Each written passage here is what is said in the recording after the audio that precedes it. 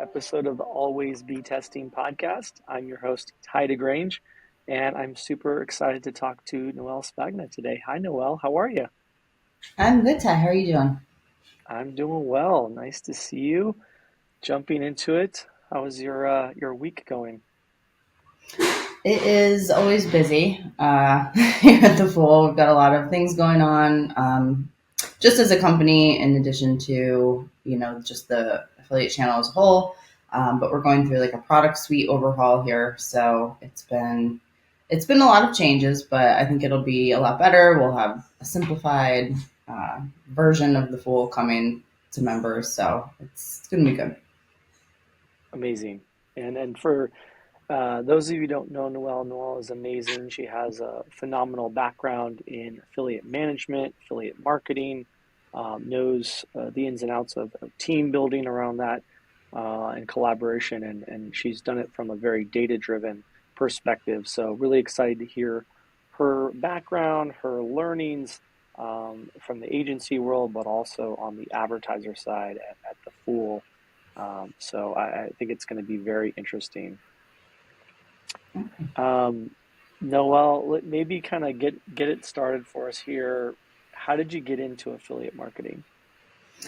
Yeah, I kind of stumbled into affiliate marketing. It wasn't something I even knew about at the time. I was working for all local companies in the greater Scranton, Wilkes-Barre area where I'm currently live in Pennsylvania, and a recruiter from eBay Enterprise contacted me because that was what Pepper Jam originally was, which is now Partnerize. A lot of a lot of name changes, and yeah, they reached out about a role. It was probably one of the longer processes of getting a job and getting into a company that I've ever done. I think I started interviewing with them in February, and I didn't start until August. So it was really a lot of interviews and a lot of meeting with people and getting in there. But yeah, once I got in, I started as an account manager, and again, that was just jumping right in. You know how it is as an account manager, and you're already managing a portfolio of clients, and kind of dove right in. But I feel like that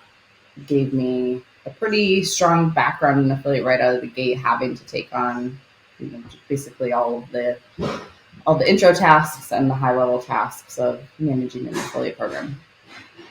That's awesome. Yeah, I was fortunate to get exposure to eBay, and I think after my CJ kind of intro to affiliate, eBay was next for me and was there in house. And I remember when a lot of the acquisitions were happening, it was eBay was so massive at that time. It was kind of wild to see all the companies they would acquire, all the resources they had, how much they dedicated to affiliate marketing. It was a huge part of their business model, as you know all too well, and it was a great learning experience for I think a lot of good affiliate practitioners and performance marketers. So it's funny that we both had that similarity in our affiliate education.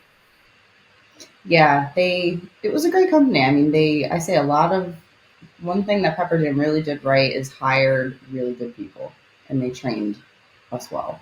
And there's a Yeah, lot of really amazing affiliate marketers that have come out of that company.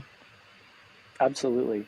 Do you out of curiosity, was there something that you think that allowed them to do that? Was it particular practitioners on that team? It was quite a while ago, but was there like a process they put in place? I'm just kind of curious if there was something that kind of struck you as like, hey, this is probably what kind of made them good at talent acquisition and retention.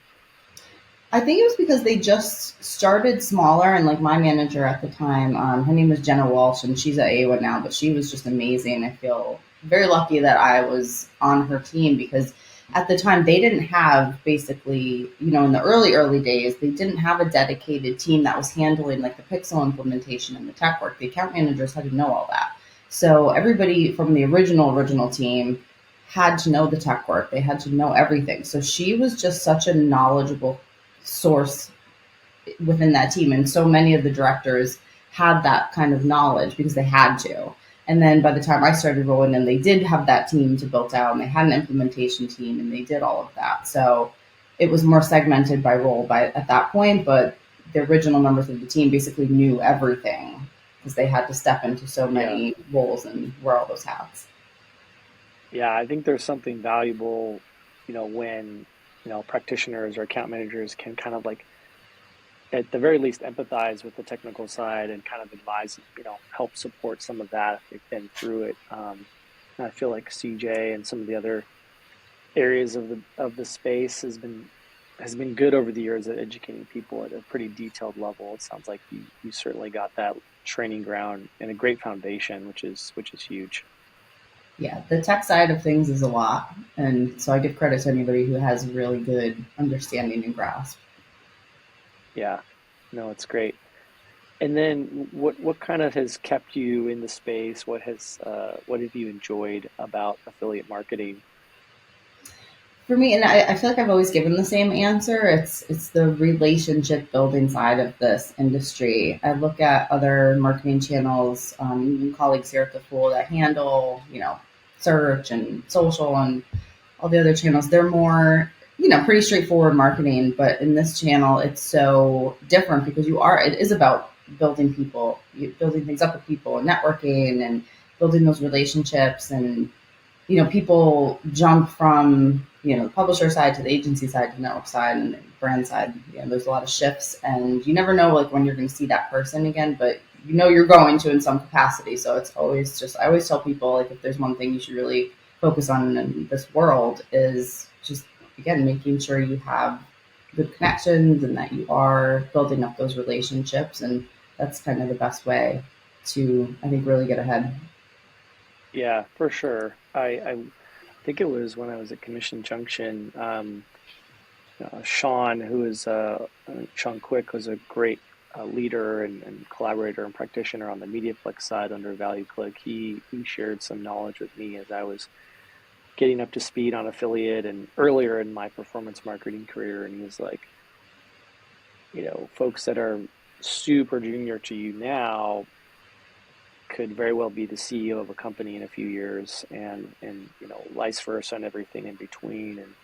And so just I think having that degree of willingness to kind of collaborate and learn, and not everyone's going to like click and hit it off and collaborate and fire on all cylinders, but I think it's really great counsel to know that and think about those things long term. I think if you look back at the affiliate industry, it's been so cool to see people have been in it now for, gosh, almost 30 years, which is crazy to say. And a lot of those relationships are, maybe sounds a little bit overused terminology, but like they are, they're super, they're very close knit. They know about each other personally, professionally, and it seems to be um, working well for so many people. So I think I love that advice of thinking long term about those relationships.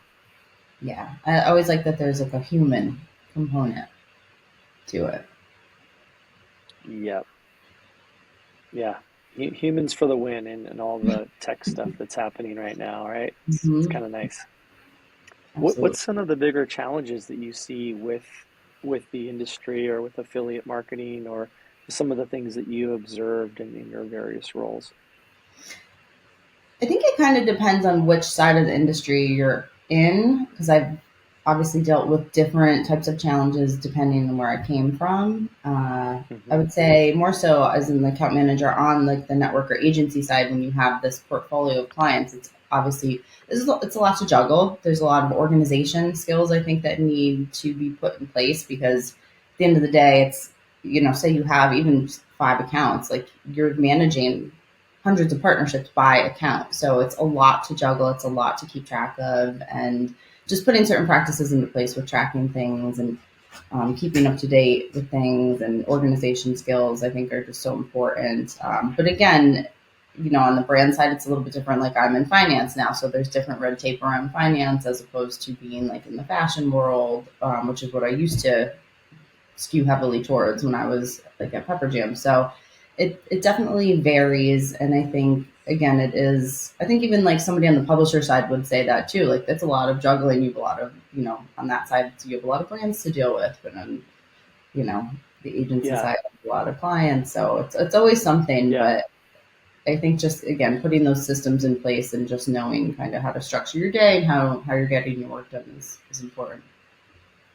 Yeah, and not to get ahead of ourselves too much, but to give you some credit from what I've observed and from what I've heard from, various practitioners, when you have your affiliate agency experience, your organizational skills were very high, and you found ways to, I think, kind of break through those challenges that are common on the agency side in terms of, preventing burnout, preventing scope creep, preventing a lot of those things come up in agency and network life where the clients obviously are paying the bills and have challenges and demands, and it's a collaboration, and maybe share with the audience a little bit of like when you were on the network and agency side, like what was it that allowed you to be such a good efficient practitioner? It seemed like that was something that came out in a lot of our conversations and a lot of feedback about folks that have worked with you on that side. Like, what do you think was your secret sauce in terms of how you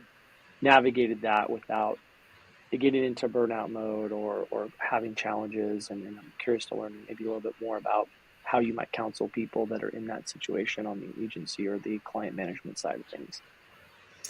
I think having good tools in place, and on the agency side, like I used to utilize like Asana, for instance, and that was just like a board to help you really keep track of things and put things down. I use like a lot of Google Docs now. If you saw my email inbox, I've got literally a folder. Like everything's organized by folder, by type, so I know exactly where to put all the emails. My desktop is organized by folder. Like I've just always been that person, I guess type A, that has to have everything kind of structured. And when I was managing a team too, just learning, kind of how to divide tasks up so that what was the best use of everybody's time and what should everybody be doing, and then just trusting your teammates to, take those tasks and run for it. I think when I first started, and the structure that I was in on the network side was more, it wasn't like this person's doing this. It wasn't more like the pod kind of structure that I think a lot of agencies have moved into. It was more the account manager kind of had everything.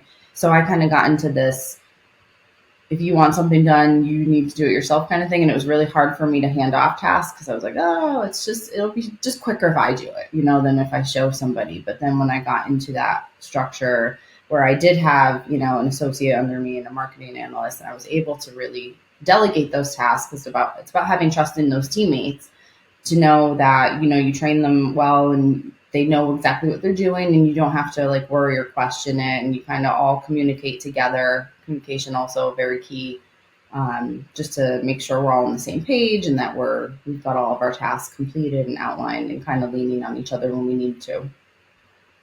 Yeah, that's a great call. I had a couple teammates, managers talk a little bit about like having some couple of things come to mind, like baking in flex time into weekly or weekly sprints or cadences of work. I think our team, we have a couple of teammates who do that particularly well. We're big fans of Asana and other, we've implemented some of the Notion stuff as well. Obviously, you have to kind of be careful on some of the tools can get out of hand if you add too many. Um, Mm-hmm. and I think other pieces of that are very interesting that you can use to just make sure that you're not like overwhelming the team and such. So I think you're on the right track with that. The scripting of the quarter is another one that our team likes to do. Of like, how do we plan ahead so that those QBRs or those ABRs are not as surprising, and it's more of the well scripted process that's baked in to the workflow as opposed to oh wow, this is a big additional lift. So I think those are really good call outs and some observations that I've seen from our team that are interesting too. It's a lot. It's a lot of task juggling, but I think anything an affiliate is. Yeah, it is. It's kind of it's a lift, and I think that's why a lot of folks are always looking for help around it. It's never quite done, and even the most advanced programs have opportunities to improve. So I think you're spot on. Speaking of advanced programs, with the Fool, tell us a little bit about how you've approached that opportunity on the brand side and that shift, and how have you kind of thought about setting up the affiliate program at the Motley Fool? Yeah, I always say this. My favorite programs I've ever managed in my career were the ones that were very open to testing everything. And that's, not even just for the affiliate program here at the Fool, that's just the mentality at the Fool in general. It's not just my channel, it's across our marketing channels and our marketing teams. It's test everything, test, test, test. You know that all too well. You're named your podcast after that. So you definitely a theory that you guys, keep in mind. And it's like, how are you going to know if something really works if you're not trying it? So again, my favorite programs were always those that were open to all different types of publishers who weren't just like, I want this one track of just trying to get content people and that's it. That's, it's great in theory, but at the end of the day, a lot of other types of partners can contribute and build out your program and bring in a lot of new customers. I think there's a lot of misconceptions about working with, coupon and loyalty and those types of partnerships. And they can bring in a lot of not only like new customers, but keep people loyal to your brand. So it really is just trying to test everything. And here at the Fool too, we're also encouraged to test, even if it's not in your channel. So like I do things with like newsletter partners and co-reg and a couple channels outside of this realm, which is really nice. So if you find a partner and you bring it in and maybe it's not directly related to your channel, we're still encouraged to go out there and test it and see how it does. So I think that's been really important. And then again, just continuing to build the relationships with our partners and our top partners and just making sure everybody, feels good about working with us and promoting us as a brand. I've been very, I'd say, lucky to be able to go to a lot of the shows this year. And I guess I didn't realize on the brand side, you're a little bit more out of, I think, the loop than when you're on the agency side, because you don't have as, the connections to like your team and, publisher development teams and the different networks that you work with. So being able to get back out there and just, have that connection. And now people know me at the Fool. It's not just like, I'm not just an email address anymore. I'm an actual person that gets to meet with everybody and, build that relationship with, not even just existing, but new partners. That's awesome. Yeah, it's amazing just, meeting someone in person and human connection. It makes those emails and workflows that much easier and better and connect. That's fantastic to hear. And it's awesome to hear the investment that you're making in these top partners and taking the time and effort to really, fuel those relationships, which I know are helping your brand and the business significantly. So that's awesome. Mm. It's funny, you said the testing piece. I've been kind of impressed slash I didn't realize how much the always be testing kind of mantra would be like fed back. Like across disciplines, people keep bringing up how important that is, from programmatic marketers to product leaders to growth leaders to affiliate marketers. It's really to people working on incrementality and attribution. Like, it's cool to hear you say that because it's so often people are kind of like bringing that up and echoing it. So it's awesome to hear that. And I think the fact that you have a culture of willingness to experiment is a really excellent sign, I think, for a brand. And I think it bodes well for the business at a high level. It's awesome to hear that. Is there any that you've kind of maybe recently had or recently want to talk about without divulging too much, or maybe just some things that directionally you've observed from some of the tests you've run or things that you've done outside of affiliate channel? Nothing. I'm curious to just learn more about that in terms of the experimentation and the testing that you've seen out there. Yeah, so lately there have been, because I feel like there have been some decent shifts even within like our performers within the program. And I think, the Google algorithm changes have had effects on various types of publishers too. So it's, I think always important to be always constantly bringing in new ones. But we've seen some good success lately with like employee perks partners, which we've tried in the past, but didn't really work then. But now we've been able to find some that are really working well for us now. So that's been kind of a shift there. Different newsletter tests as well with different publications, some that like weren't sure did really well, and then some where we were pretty sure it was going to do well. Like you think it's a really spot on audience, but then it's kind of softer. So that's why we're kind of always, looking at that. And one thing we do is we try to, if we're open to testing again too. So like if we tested something a few years ago, it's like, oh, the market's changed, we've changed, the partners changed. We'll go back to it. And if it's something that we still feel strongly about, that, this was a good audience, but maybe we didn't put the right messaging out there, like we'll test it again and to see if, there's more potential this time around. Because with what we do and following the stock market is hard. and it always gives you curveballs, and you never know which year is going to be up and which year is going to be down. So we kind of have to go with the flow and adjust accordingly based on, kind of how market trends are. So that in itself, I think, leads to a lot of testing and trying new things. That's awesome. Yeah, I think that the market itself is you have to kind of take a scientific approach and some degree of like trying new things to some sense. So I think that it's cool to hear that that's translating, and the performance marketing side is certainly wanting that as well. Speaking of the scientific approach, a big element of your career and what we've talked about and what you've achieved is through really a data-driven approach to affiliate marketing. How would you define that for the audience? I wasn't a huge data person, I would say, in the beginning. Just, basically you put together your weekly reports, right, for your clients, and you kind of send it out. Of course, you're going to pay attention to your top partners and kind of who you want to optimize with more. But then, being in the field for several years, and I think too, just getting more into different verticals, like I really gotten into a lot of finance, and then I had like a very well-rounded amount, type of verticals in my portfolio. But looking at what the data is telling you, and trying to tie it back to certain things, like whether it was a placement campaign, whether it was a product launch, whether it was seasonality, trying to trace things back to potential tracking drops, when you're seeing shifts like that. I got into the habit of going into the networks every day and just every morning and starting there and looking like what happened the day before. Was there huge drop offs, just for, again, just tracking purposes, making sure everything is coming into the networks clearly. So I think you can read a lot into the data as you're looking at the report and trying to see, like, this partner was really high last week, but then they came down. Let's try to dig into that.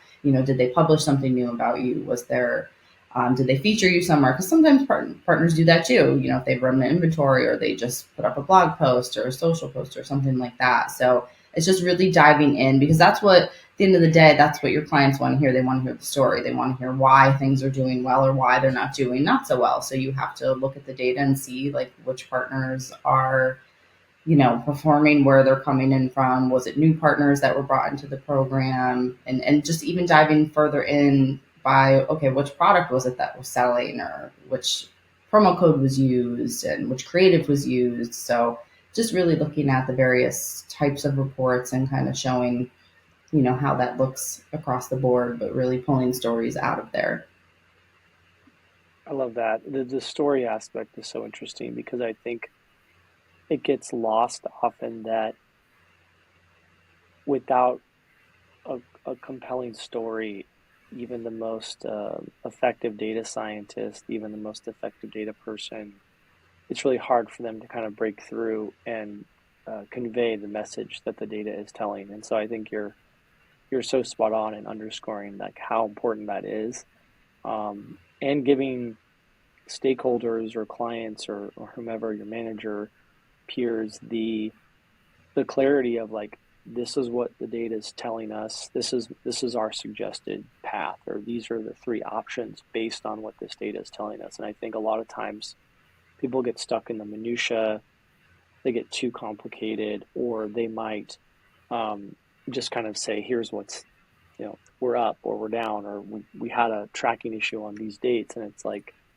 they're not taking it that step further. So it's cool to hear about your willingness to really be rigorous about checking that regularly, and trying to kind of make a case for a story that's pretty compelling, because I think that's where a lot of people are not able to take that extra step. I don't know if you agree with that or not.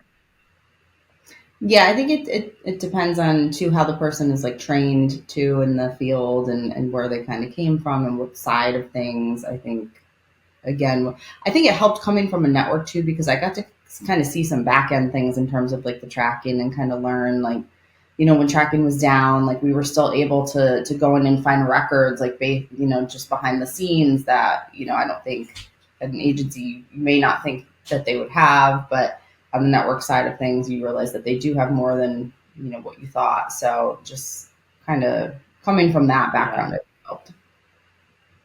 I like that a lot. It's a good call out. The network, there's a lot to be gleaned from like the networks, what they can and can't do, and all that they're capable of, and sharing. And sometimes you only see some of that, and so it's cool to be able to kind of tap into that too for the benefit of the business and what you're trying to do. That's awesome. Mm-hmm. We talked about this a little bit earlier, but with managing teams, you've had a lot of success in terms of how they have received you, and how you've worked and collaborated with them and achieved great results. How do you think you've had such success in collaboration, just managing teams, and in helping affiliate marketers in general? I'd love to hear more about just what you think that is. I think I'll say two sides of it. I think it depends on the person that you're working with, because I think people kind of work together differently and they click together differently. And I was lucky with the people that I was managing because I was able to bring them in and kind of train them on the ways that I was doing things. And that is kind of hyper organized and, a certain structure of doing things and delegating tasks. And the wonderful, wonderful ladies that I got to manage, and you know one well, Shannon on your team. She's amazing. And when you have great people like that, they kind of make your job easier, a lot easier. And again, it was just putting trust in them. Like I knew how smart they were, I knew how driven they were, and how they were picking things up so quickly. So it was basically just like, here, these are the tasks that outline your role. This is what you're responsible for. And I trusted them to get their work done because they always did. And then again, building the relationship with them, I wanted them to always know that they can come to me, to just talk about anything, even in life, not even just like the work. Or if you're too stressed, like come to me, tell me, I'll go to leadership then on your behalf. Like I had no problem going to bat for my team. And I would always encourage them to take days off and keep that work-life balance, keep that separation, and just really make sure that they were happy. I think when you show respect for your your colleagues and for the people that you're managing, they will show that respect to you and the company and the clients and put the work in. But I think it starts from the top down. Yeah, I love that. And there's you know, sometimes it gets shared and cliche, but like hiring good people, letting them do their work, allowing them that space to do it.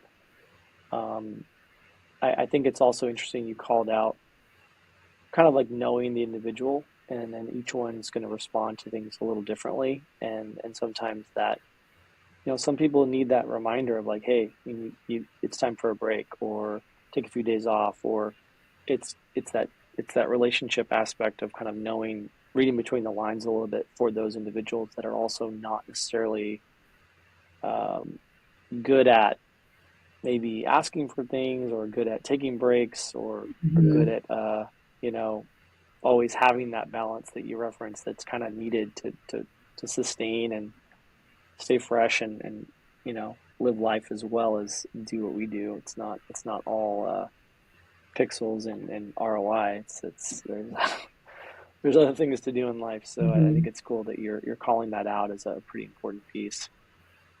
I think it's easy in affiliate to get really wrapped up. And I've seen it in the past, people staying in the office until like 7, 8 o'clock at night every day. And used to say the same thing. Like if you set that precedent, that's going to be the new expectation. So you've got to draw the line somewhere. You can't be working like 7 a.m. until 9 at night every day, because you're going to wear yourself out really Yeah, quick.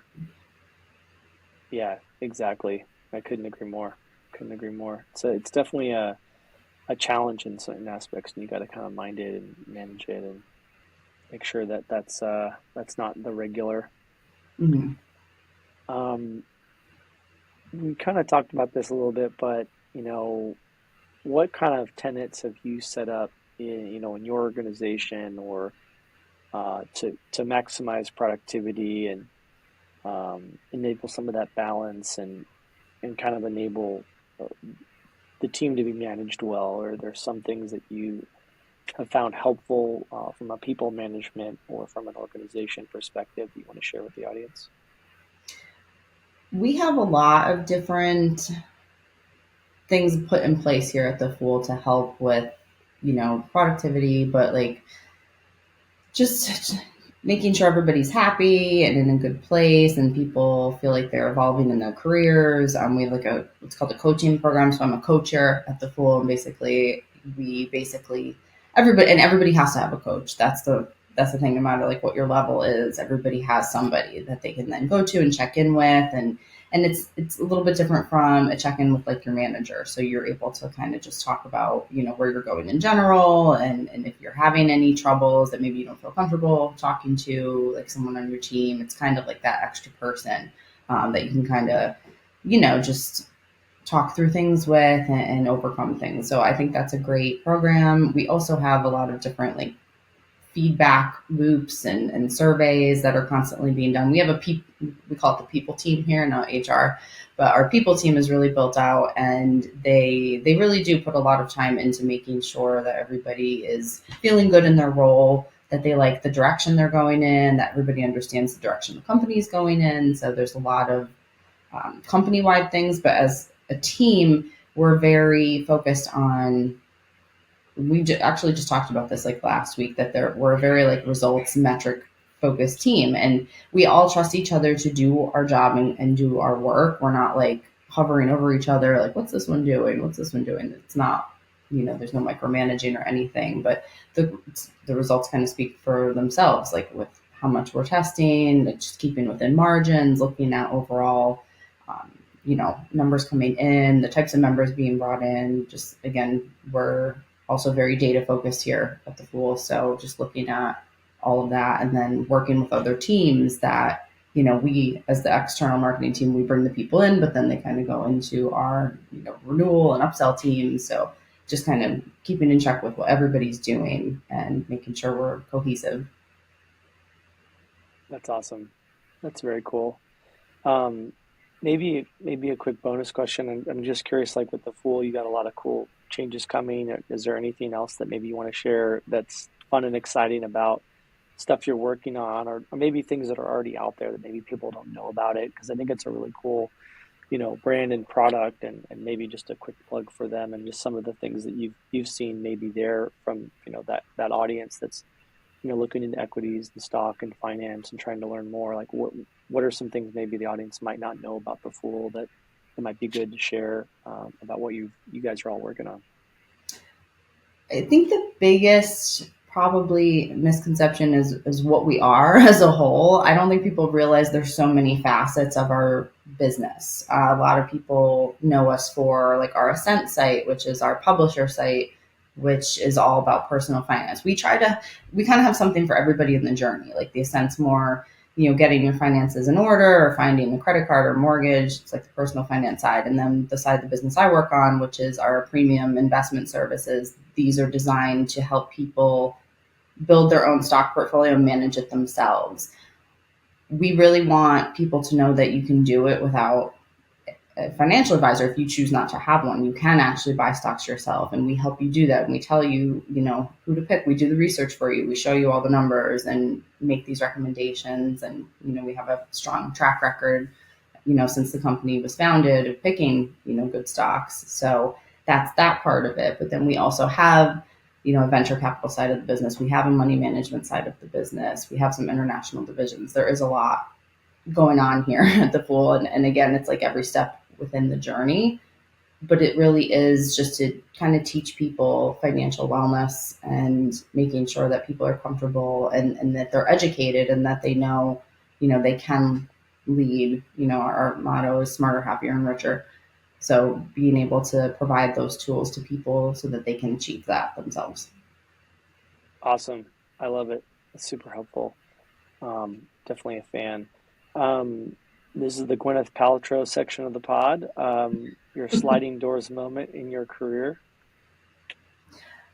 So I would say that was the choice to kind of leave the agency world and come onto the brand side when I got the opportunity to come to the Fool. I was pretty new at a new agency, and when this opportunity presented itself, and I had worked with the Fool for so many years because I was the one that originally was the original account manager on the program for years before I ever came in house. So it was, kind of making that decision on which route to take moving forward. But moving into the brand side was definitely, it was a fun new challenge, and I think it was, kind of the right move for me to just really, and it's really nice to be able to focus and hone in on like this one main brand and really put, Yeah. a lot of your full energy and attention into that. Yeah, that's awesome. I some of my favorite moments in my career were, candidly being able to like have similarly have a lot of control of those levers at a brand where you can really have a big impact and go deep and focus. And so that's awesome to hear that you're kind of seeing that in spades and get to apply that in your career, which is super cool. What book or resource would you recommend? Maybe something to the audience that has been a impact for you positively. Yeah, I'm a big reader. I've gotten really back into reading over. Well, it really started last year. I had set a goal to read one book a month just to get myself back into it, and I finished the year with 67 read. So I really went a little above Wow. and beyond my goal, but I just kind of fell in love with reading again, and I kind of backed away from like TV. So books have become a big part of my life. But there was two I wanted to call out that kind of tie into each other that I've read this year, and the first was Good Vibes, Good Life, and it's a really easy read. It's something that you could really get through, I think, pretty quickly.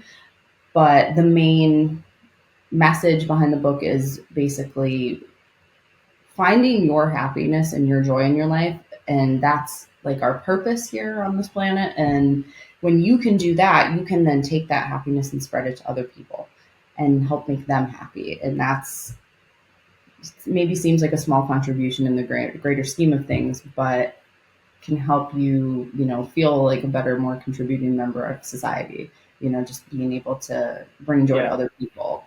And the second one was the 8 Rules of Love, and they even say in the book, like they talk about, relationships and family and friends and all of that, but the main message that they come to at the end of the book, and they say it might surprise you, is that it's not just about like finding a person to love or a family to love or having kids to love or anything like that. It's about, again, being able to love everybody and really spread that love and that joy to other people to just, again, make other people happy, and it affects them, and you don't know like what somebody's going through. So when your act of kindness could change somebody's day or change somebody's life. So I liked both of the messages there, and they're kind of similar in that just putting out what you want to get back from people and then just being good to people overall. Yeah, I love that. That's amazing. Just words of wisdom and two great suggestions and definitely like different and I think like what better message than that like than to kind of like embody that positivity and joy and love for folks and just people in general and like I definitely want to check those out. I will also say 67 in a year is I would categorize as prolific and impressive, and I think that the audience is going to be like wowed by that, and I think that you're kind of inspiring others to be like, okay, I'm gonna TV down and to the right, books up and to the right, maybe. Um, I'm getting through my LBJ bio and I'm like chugging through it right now because it's like pretty dense and the author is amazingly good at like lead ups, but boy, it's detailed. And so I didn't bring it with me on my recent travel, so I'm slowly chugging through that. It's not it's quite a different book theme than the ones you shared, but let's just say I've got a ways to go to get through that one. Yeah, I will say I read really fast because when people hear that number, they're like, "How do you do that?" I'm like, I actually do. I'm a fast reader. I think that's how I'm able to get through books that quickly. But um, yeah, it's just finding kind of something you love. Like I loved reading as a kid, so I kind of like got out of it a little bit. So it's like finding that. enjoy again. That's awesome. That's great stuff. I love that. Okay, what have you bought recently that you're obsessed with? So to stick with the theme, my Kindle was definitely, I think, game changer. I used to have, I was using like a Fire tablet, one of those Amazon ones, and I used that for a little bit. Yeah. they're heavier, right? And because Yeah. I'm a fast reader, I'm constantly like just scrolling because I read that quickly. So it was just Yeah. then when I got the Kindle and I'm like, oh, it fits in your hand so perfectly, and you just have to tap it. Like it was such an easier reading experience overall. So that was really good. I had some weird gripes about they don't make Kindles in color, and that kind of bothered me because I'm that person who has to look at the colors on them. But when I see a book title, I have to like I want to see it. So now I use like Goodreads, the app on my phone to do my book research, and then I use my Kindle to actually, obviously read the book. But I think Nice. those are great, and then you don't have to, worry about carrying boxes of books every time you move Yeah. because that can I get a little much.